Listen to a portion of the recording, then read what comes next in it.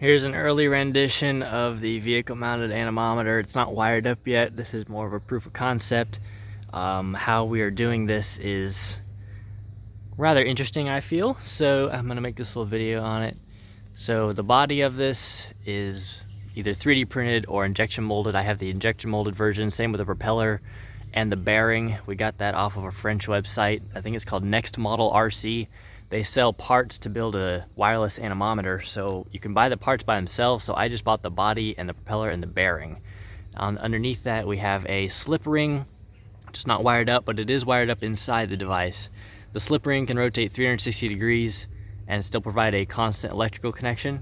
So you can run data connections through it, you can run power and pulse signals for a Hall effect sensor, which is how we measure our wind speed, and it'll spin around 360 degrees and never get cut off. As far as mounting goes, we have a 13mm, I believe it's a zinc rod, or steel with zinc plating, something like that. It's not aluminum, but it is almost as good. So what we have down here is a custom-made bracket. This is just my fabrication skills at home, but it's a sheet of aluminum that is bent into an L shape, as you can see here, and it has two U-bolts that go through it and actually bolt this rod to the bracket.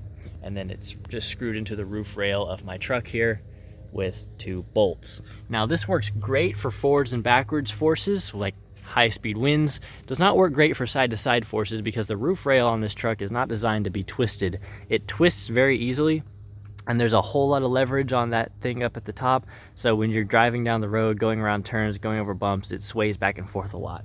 So I added a brace off to the side. Right now it's held on with a little bit of copper wire is actually holding this thing together. I will be replacing that with proper hardware just as soon as I get some, but there's a hole drilled through the rod for the top and the bottom. So that keeps it from swaying back and forth, keeps it stable at speeds, and it just adds some rigidity. You really don't need a lot with that 13mm rod. It's really strong. It doesn't bend at all, even at 85 mile an hour headwind, or 85 miles an hour total wind to the sensor. It doesn't bend at all. The little brace on there is just to keep it from, moving back and forth. Overall, mounted on the Suburban, we have it raised up. It's a 3-foot rod, so we're 3 feet up off of the body of the truck. Now, obviously, if you were to look at a wind distortion map for this, it's not in a perfect spot. A perfect spot would be up above the hood by about 10 feet, but it is where it is. It's not going to give us NOAA weather, government grade scientific readings, but it is going to give us fairly accurate for hobbyist purposes.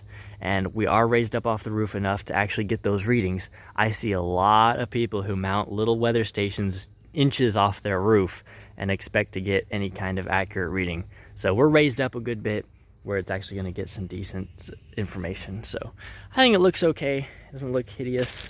I don't care if it looks dorky or nerdy. I just do it for fun.